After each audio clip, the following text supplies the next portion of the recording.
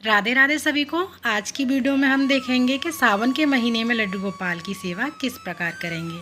सावन का महीना लग चुका है और ये वीडियो एक दिन पहले का है। तो सबसे पहले तो हम अपने मंदिर की भी साफ़ सफाई करेंगे। और जैसा कि आप सभी लोगों को पता है, सावन के महीने में हर तरफ हरियाली ही हरियाली होती है, बारिश होती है, मौसम बहुत सुहावना हो जाता है और साथ ही गर्मी भी काफ़ी अधिक होती है। और सावन के महीने से जो हमारे फेस्टिवल हैं, त्यौहार हैं, वो शुरू हो जाते हैं। सबसे पहले तो मैंने यहाँ पर लड्डू गोपाल को जगा दिया है और उसके बाद में हम जल पिला देंगे। जल को हम प्रतिदिन चेंज करते हैं इसमें जो भी बचता है, क्योंकि जब गर्मियाँ अधिक थी तब लड्डू गोपाल का जो घड़े में हम जल रखते थे तो वो अपने आप सूख जाता था, उसको धो करके हम फिर से भर देते थे। लेकिन इन दिनों में जल नहीं सूखता है घड़े में यानी मटके में, तो लड्डू गोपाल का जो भी जल बचता है रात्रि के समय उसको खाली करके फिर से हम भर देते हैं। और पूरी रात में जब हम भर के रखते हैं तो वो अगले दिन लड्डू गोपाल को ठंडा जल मिलता है, उसी में से लड्डू गोपाल को हम जल पिलाते हैं। तो सावन का महीना लगने वाला है तो बहुत सारी तैयारियां करनी होती हैं फेस्टिवल की। तो एक दिन पहले ही हम अपने मंदिर की क्लीनिंग भी कर लेंगे। तो ये खाटू श्याम जी हैं, शिव परिवार है, बाकी के सारी देवी देवता जो है मेरे मंदिर में विराजमान हैं। और मैं बैठकर ज़मीन पर पूजा करती हूँ और साथ में ही जब आरती करती हूँ तो खड़े होकर करती हूँ। तो हमने जो कपड़ा बिछा रखा है मंदिर में उसको भी हम दोबारा यानी धोकर बिछा देंगे, या फिर आप चाहें तो कोई दूसरा नया कपड़ा भी बिछा सकते हैं। तो मेरे पास कोई दूसरा कपड़ा है, उसको हम बिछा देंगे, जो कि मंदिर के लिए ही हम यूज़ करते हैं उन कपड़ों को। और अच्छे से मैंने उसको डस्टिंग कर दी है, साफ़ कर दिया है, झाड़ दिया है। उसके बाद में कोई भी वस्त्र बिछा देंगे। और साथ ही जो भी देवी देवता आपके मंदिर में विराजमान हैं उनको यथा स्थान पर फिर से विराजमान कर देंगे। और जो स्नान कराने वाली मूर्तियां हैं जैसे पीतल की या तांबे की, तो उनको हम स्नान कराकर गंगाजल डालकर स्नान करा देंगे और वस्त्र धारण कराकर फिर से उनको यथा स्थान पर विराजमान कर देंगे। तो मेरे पास यहाँ दुर्गा माता हैं, इनको मैंने स्नान करा दिया है, वस्त्र धारण करा देते हैं और सुंदर सा हम माता रानी का श्रृंगार कर देंगे। और फिर आपको इनके दर्शन कराते हैं, अपने मंदिर का भी टूर कराएंगे आप लोगों को। और मंदिर के आप सभी लोग भी दर्शन कर लीजिएगा। बाकी के जो भी देवी देवता हैं सारे हमारे मंदिर में विराजमान हैं। तो चलिए आपको दर्शन करा देते हैं।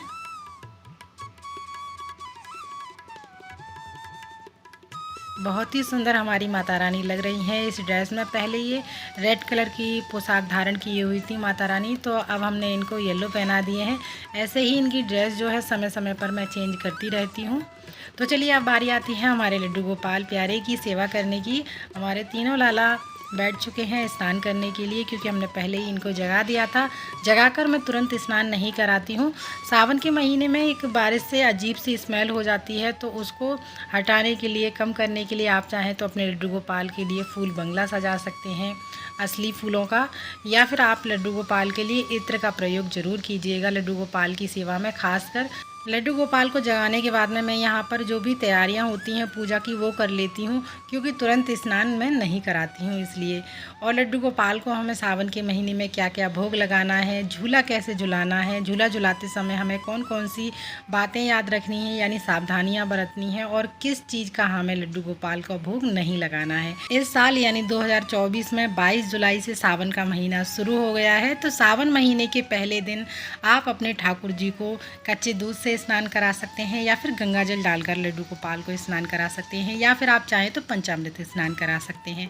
सावन के महीने में दूध का विशेष महत्व होता है, तो आप गाय का दूध लड्डू गोपाल को स्नान कराने के लिए यूज कर सकते हैं, प्रयोग कर सकते हैं। और कच्चे दूध से ठाकुर जी को स्नान कराइएगा। हमें यानी गर्म किया हुआ दूध नहीं लेना है, कच्चे दूध का ही प्रयोग किया जाता है। सावन के महीने में ठाकुर जी की सेवा में फूलों का विशेषकर प्रयोग किया जाता है। तो सावन के महीने से ही त्यौहार शुरू हो जाते हैं। और अपने लड्डू गोपाल को सावन के महीने में आप हरी हरी ड्रेस पहना सकते हैं, या फिर रंग बिरंगे वस्त्र पहना सकते हैं। सावन के पहले दिन से ही आप लड्डू गोपाल को हरे रंग के वस्त्र धारण करा सकते हैं, सुंदर सा श्रृंगार करेंगे। तो मैंने यहाँ पर लड्डू गोपाल को स्नान करा दिया है और लाइट बेबी पिंक कलर की मैंने यहाँ पर ड्रेस निकाली है, क्योंकि अगले दिन सावन का महीना लग जाएगा। तो अब हम लड्डू गोपाल को हरे हरे रंग के और कलरफुल यानी डार्क डार्क कलर की पोशाक धारण कराना शुरू कर देंगे। और आप चाहें तो अपने लड्डू गोपाल को सावन के पहले दिन से ही लड्डू गोपाल को झूला झुला सकते हैं, झूला झुलाना प्रारंभ कर सकते हैं।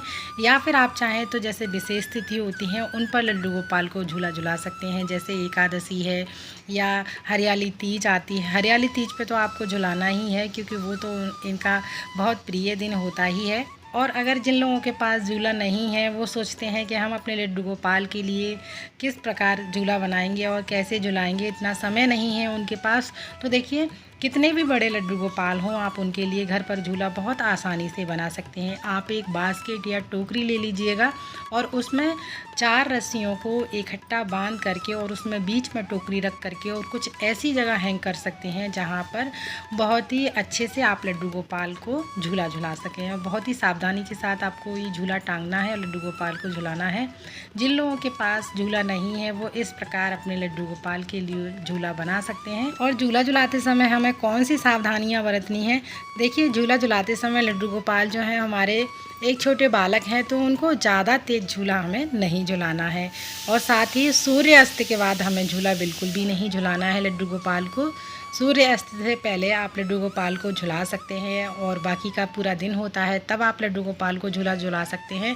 और दूसरा, जब आप लड्डू गोपाल को झूला झुलाएंगे यानी लड्डू गोपाल जब झूले पर बैठे होंगे तो आपको कोई भी भोग वगैरह यानी उनको भोजन का भोग या फिर कोई भी चीज़ का भोग हमें नहीं लगाना है।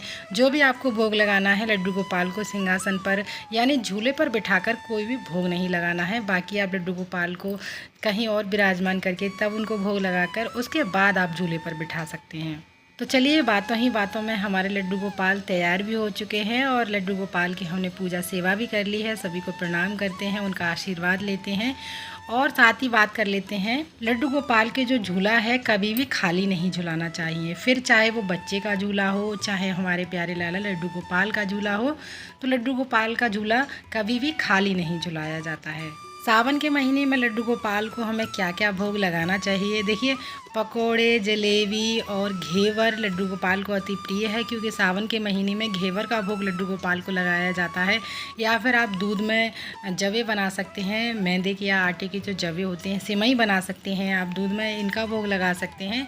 और मौसम के अनुसार लड्डू गोपाल को फलों का भोग समर्पित कर सकते हैं। और कौन सी वो चीज़ें हैं जिनका भोग हमें लड्डू गोपाल को नहीं लगाना है, तो देखिए कढ़ी का भोग लड्डू गोपाल को नहीं लगाया जाता है और हरे साग यानी सब्जी का भोग नहीं लगाया जाता है और उड़द की दाल का हमें भोग लड्डू गोपाल को नहीं लगाना चाहिए। तो ये वो 3 चीज़ें हैं जो सावन के महीने में आप लड्डू गोपाल को भोग नहीं लगा सकते हैं।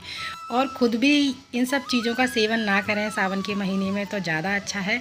और सावन के महीने में ठाकुर जी का श्रृंगार करें तब आप चंदन का प्रयोग ज़रूर कीजिएगा। साथ ही इत्र की सेवा आप लड्डू गोपाल को ज़रूर दीजिएगा, मोर पंख ज़रूर रखिएगा ठाकुर जी के पास। तो आज का वीडियो यहीं पर समाप्त करते हैं, फिर मिलते हैं अगली किसी और वीडियो में आप लोग। और जन्माष्टमी आने वाली है तो हम लड्डू गोपाल की बहुत सारी वीडियोस आप लोगों के साथ में शेयर करते रहेंगे। अपना प्यार और सपोर्ट बनाए रखिएगा। फिर मिलते हैं अगली किसी और वीडियो में, तब तक के लिए आप सभी को राधे राधे।